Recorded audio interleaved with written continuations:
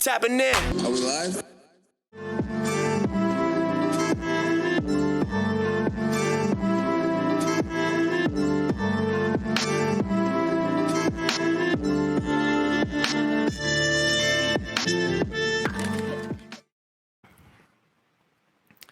Now this one, I've been watching closely. All right, for a couple of reasons. One, my shorty, my lady, somebody I care very deeply about, lives in the UK. So the reign of Boris Johnson has been stressful, to say the least, right?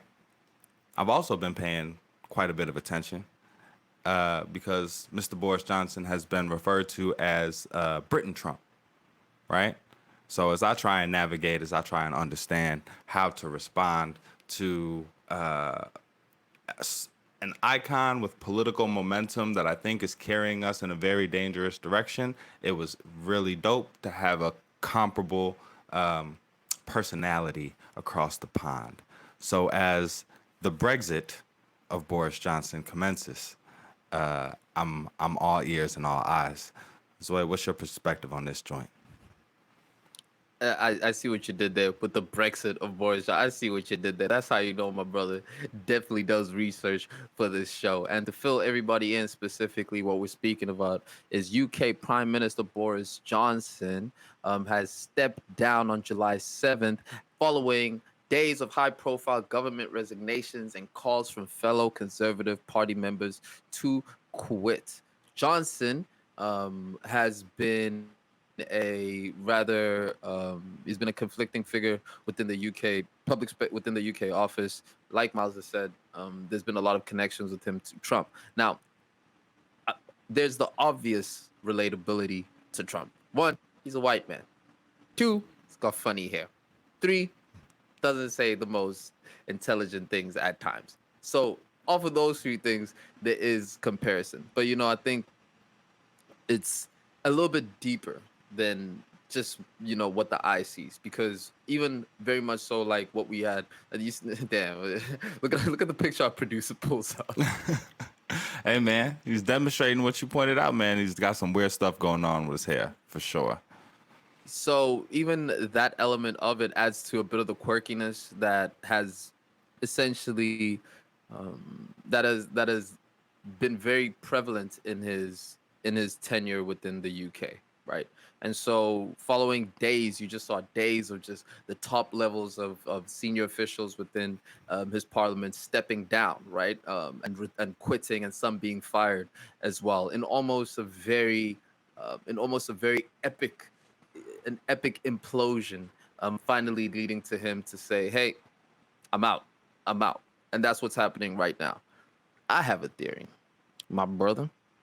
Let me hear it. Which is that between the UK and you see what's happening in the US, granted, a lot of places in the world right now are going through their own reckoning of sorts, but these particular countries, the US, the land in which the US is built on, like my brother says every week, the violence done to the people of that land is inseparable from the violence we see in the country today, in the city today. And that's exactly what's happening in the UK. The history of the UK is one of a very long line of people being taken advantage of theft, of wars, of death, and seemingly that does not exist when it comes to the history that is being taught to the people of the UK. Case in point, when you look at the last four out of the last five members of parliament within the UK, over half of them have not made it to their final term. Wow. This speaks exactly. So this speaks more than just a Boris Johnson issue. I think Boris Johnson characterizes a lot of what the UK hates to see within themselves, but I think it's a bit bigger issue, and I think it really is, man, that there's always going to be a counter effect to things that even happened maybe 50, 60, hundreds of years ago. Yeah, absolutely. And I love how you connected that to the history. That's why it's so important to know that, to understand that. These patterns, right? If we don't check out our history, we're doomed to repeat it. And I think that's why this moment is one that I'm studying, right? Like nose to paper for sure. Because I think as you said, there are definitely differences between these two people. Boris Johnson certainly has a different level of comfort among the upper echelon of UK society than Trump is. Trump's always been kind of the outlier, kind of been looked at as the outsider, even amongst the moneyed folks, right? So, but I think in a very similar way, they've shown how a government can melt down, right? When you have a leader at the helm who is wielding their power without a certain level of thoughtfulness, without a certain level of respect for tradition or for political opponents or for the intelligence of the media or for the general will of the people.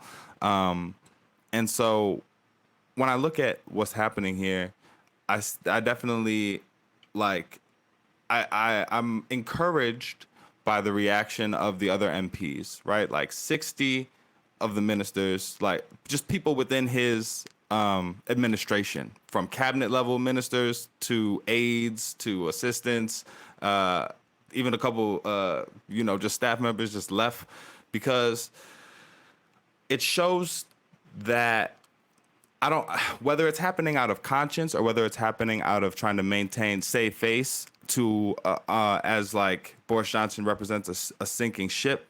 There's a line there that I think is being recognized that I'm worried won't be recognized in the U.S.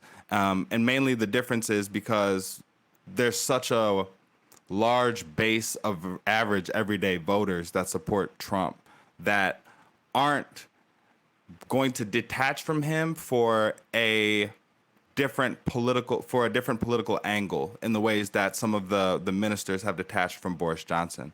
And so as I look at this, I hope that we can see some type of swing back from Trump in the way that hopefully we're seeing a swing back from Boris Johnson. But I think that there are some things that have been unlocked that can't be undone, specifically with the distrust sown into the media and any basis of checking facts. I think Trump has done a serious number on our ability to have a conversation based around anything we agree about across the aisle politically. That distrust of media that you speak about is not just reserved to Americans. You know, the people in the UK also feel the same way too. And when you understand how the UK media in specific is how it's run by Gov, by the royal family, and the tools that they use and the alliances that media houses have to govern the royal family, a lot of things become evident. You know, even with Meghan Markle, we understood that the media had a very specific intention in how they were treating her, and you know she fought against it and even sued them. Even Johnny Depp has sued the media in the UK. Over 50% of the people in the UK say that they don't trust the media. I think the number is closer to 60%. So it does seem that the traditional methods of how we've been getting information, a la this media source, people are not necessarily trusting. And that's been something that has at times worked towards Boris Johnson's advantage, right? Being able to play off of the media. So this quirkiness that he presents almost came about as a breath of fresh air from Theresa May, who was a predecessor who was notoriously considered to be robotic, monotonous, and unfamiliar. When asked what is her favorite pastime as a child, she said, "Oh, what's the most mischievous thing she's done as a child?" She said, "Running through a field that she wasn't allowed to." You know, and that is like I guess. And so when you see Boris Johnson come about the scene, you know, they calling him Boris, and he was running on almost a similar narrative as Trump, where he was appealing to the forgotten areas of the UK. Whereas it was the whole concept of saying, let's redistribute the wealth that's concentrated in London, and let's bring it out to the eastern parts and to the southern parts and the western parts of the UK. So he also came in writing on this. Let's get back to how it's supposed to be energy, specifically with this "let's get Brexit done" slogan. Slogans in politics, man. Slogans in politics. You cannot win without a good slogan. What was Hillary's slogan? Uh, I don't know, bro. Exactly. I'm a female. Hey, female. Never had And this you didn't see before. that. I don't know. Try something new. That's what it should have been. That's what it should have been. Come on, y'all. Come on, Come y'all. on, y'all. Ain't it time? 2022. 2020, dude. But nah, I really appreciate what you were saying because you really clarified. Like when I was talking about the media, you really got to the heart of it with slogans, with the charisma or lack thereof. Right, we're in this place now where it's not enough to be intelligent. It's not enough to be the best qualified candidate. And at least in the United States, the presidential election always was a popularity contest. But I feel like how important any of the other factors and sliders are is decreasing. Because if you can get people to shout your slogan, you can get them to vote for you. And I don't know if any of the entities, the media, like publishing, anything is stepping in to verify or create some type of concrete metric. So yeah, I guess we have to work not only at being fiercely articulate and being able to explain why we disagree, but also we got to step our swag up. You know what I'm saying? Be likable, be votable for. And in some ways, it's hard for me to admit that we got to do some of those more superficial things or to focus on them. I will, yeah, chime in real quick, and then I just want to get to some of the specific things that led to Boris's downfall. And that's exactly where I'm moving towards too, right? I think the Brits at the moment are upset and they are embarrassed, but something that's very difficult to accept, which the Americans also had a difficulty accepting, is the fact that your leaders are representative of your general public. Your leaders represent you. That is a fact, right? So even if you see Boris Johnson stepping in, he had one of the highest votes going into his presidency 3 years ago, right, into his leadership role. So even then, from the outside looking in, it might look ridiculous, and it might look like he is this very brash, very pseudo racist man who's just riding off of privilege with reckless abandonment. And to which I say, all of y'all are. I'm here. I see it. This you. So he's a reflection of folks that live in the UK.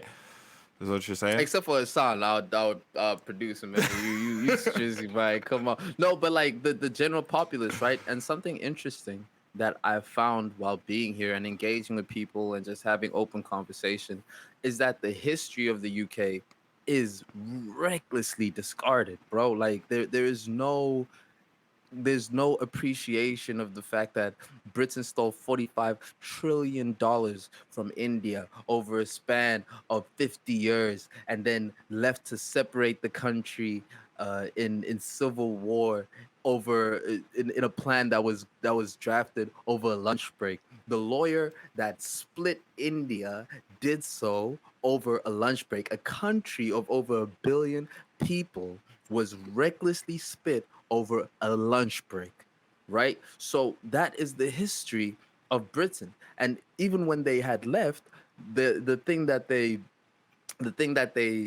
uphold as, listen, how could you say we did wrong? We brought these guys tea and the trains. Yeah, but that being said, when civil war broke out in India after the UK left, those train stations were areas of mass murders. So $45 trillion is what we're speaking about, right? And this is just the UK. Same thing in Nigeria, same thing in Africa, same thing in the islands, and this has happened throughout, right? So that history is not appreciated by Brits, right? And they get to walk around, they get to live in a reality where that is not affecting them at all. But bro, there's dark-skinned people in India now who can't even shake hands with some people because of how carelessly those lines were split. Man, yo, I love hearing my brother get into the colonial roots of our current issues. Man, it's deep for real. All the way And colonial. yo, all right, All the now way.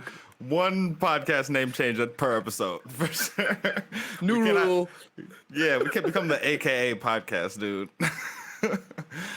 But it's interesting, like, man. So yeah, that history has been repeated all over the world. That history continues to affect these countries that are trying to develop and overcome not only this history of violence, but this history of instability, of a lack of infrastructure, of lack of investment. And so that's another great reason to compare what's happening in the UK to our current situation in the US. And I definitely want to continue to do that as well. But in just a second, I just don't want to miss out on some of the reasons, the things that led up to Borris's dismissal, right? So one of the final, the straws that broke the camel's back was my man Chris Pincher. He was a conservative deputy chief whip. These names are ridiculous too, right? When we when we get rid of the chief whip, we got to change some of these names. But after he was accused of groping two men. Boris Johnson was aware of this and still appointed the guy, right? So if we're saying that our leaders are a reflection of our society, then we have to look at what we're allowing to take place. There's also, he was a staunch defender of a conservative lawmaker who violated lobbying rules, which can speak to the ways in which our finances interact with our politics, and often ways that the people being represented don't get to see or have control over. He also, speaking of funds in politics, he also used funds from a Conservative Party donor in the costly refurbishment of his Downing Street apartment. So there's greed here. There's corruption here. And I think when we look at the U.S. side of the aisle, there are very similar patterns and very similar issues going on. So again, if we talk about our leaders representing us, I feel you, bro. I feel you. We have to take a hard look at ourselves in the mirror, at our values, at our engagement in the political process. But I also want to shout out that to galvanize people towards change, that in a lot of ways, our leaders don't represent us anymore. In a lot of ways, they still hold on to archaic values and traditions and systems that mean that even when the people's will is expressed, it doesn't get acted upon. I'm thinking specifically in the United States of restrictions on assault rifles, right? How many people have we've covered this story? How many people are saying that they support those restrictions versus the NRA's hold on any ability by lawmakers to actually put in place something restrictive? Moving back to abortions as well, the vast majority of people in the United States think that abortions should be available at least in some cases, especially with regard to rape and incest. And yet we see states even in which people are expressing those wants, repeal or eliminate access to abortion. So there's a two-sided coin when you say our representatives reflect who we are as a people. They absolutely should. And if they don't, and if we feel they don't, and if we're seeing them do things that don't reflect our values, then that is our cue not only to vote, but to organize, educate ourselves, and get involved. In the list of things that my brother has so poignantly described as the reasons for Boris Johnson's downfall, where it began too, is the notorious Partygate. Now, Partygate is one of my absolute favorite uses of excuse from anybody that I've heard. So Partygate, this is obviously during the middle of COVID. We've just watched the Queen bury her late husband, and she's sitting there morose. Shout out to our producer. She's sitting there morose, the Queen in all black, just riddled in grief. This is where we were mid-COVID. No one could even come and console the Queen as she sits in this massive room looking at her recently deceased husband. On the other side of the UK, around a similar timeline, these guys are congregating together to party. In the same time, they're busy telling folks, stay in your houses.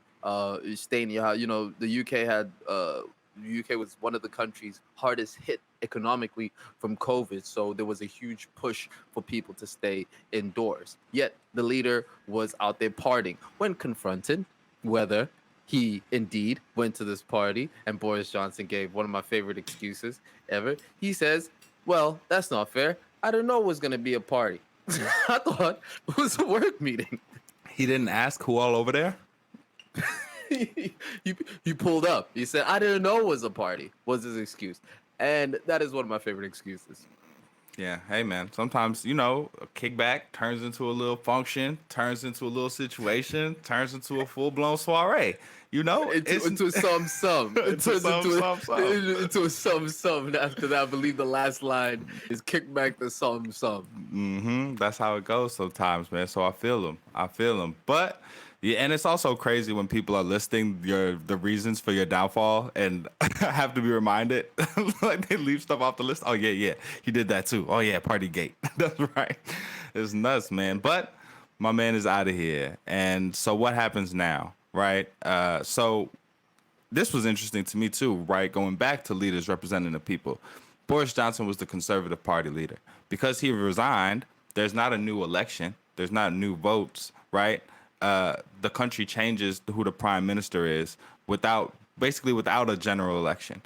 Conservative lawmakers, basically those who have a lot of those folks who resigned, now have the opportunity to throw their hat in the ring to be prime minister. But those that are still there will choose the top candidates, and then the short list goes to a wider membership of the Conservative Party, which is about 200,000 people who pay a standard subscription of like £25, like $30 a year to make the final choice. So the point that I explained that is that group of 200,000 people are not baseline involved, which means that they're not just filling out their taxes, right? They probably are voting in general elections and have taken on whatever the position this is, paying $30 a month. I know not everybody can afford that, but it's an additional way of getting active, and now they're in position to make this decision. So that's just me prompting y'all to think about, where are you getting your information from? What are the channels that you're tapped into that are connected to decision making and change in your local community and beyond, and how can you get a bigger piece of the pie? Indeed. Go ahead. At the background of this, man, I think it's important to highlight the fact that there is a living cost crisis happening in the UK at the moment. We're seeing a lot of strikes from labor unions pulling up. We're seeing specifically the healthcare workers stepping in and really making noise about the inadequacy of their pays, the inability for their payment to be compensated correctly, much like what we had covered in our show prior, because we do that, man. We do that. So to those folks that are doing that, man, we extend our support to y'all. Hold strong. And yeah, man, it's dumb expensive to be in London at the moment. Oh my God. It's dumb expensive to be anywhere. I wish I could be wherever it ain't expensive. I'll go there. They got my vote. I'm moving there because it's really real out here. Food is expensive, gas is expensive, and yeah, like I'm looking at my heat bill crazy because it's 95 degrees in Chicago. I got the AC cranking. Something got to give, but hold your head. We're gonna get through this. And I love what you said too about getting involved, getting everybody excited, getting hyped, because we about to start a movement with this next segment too.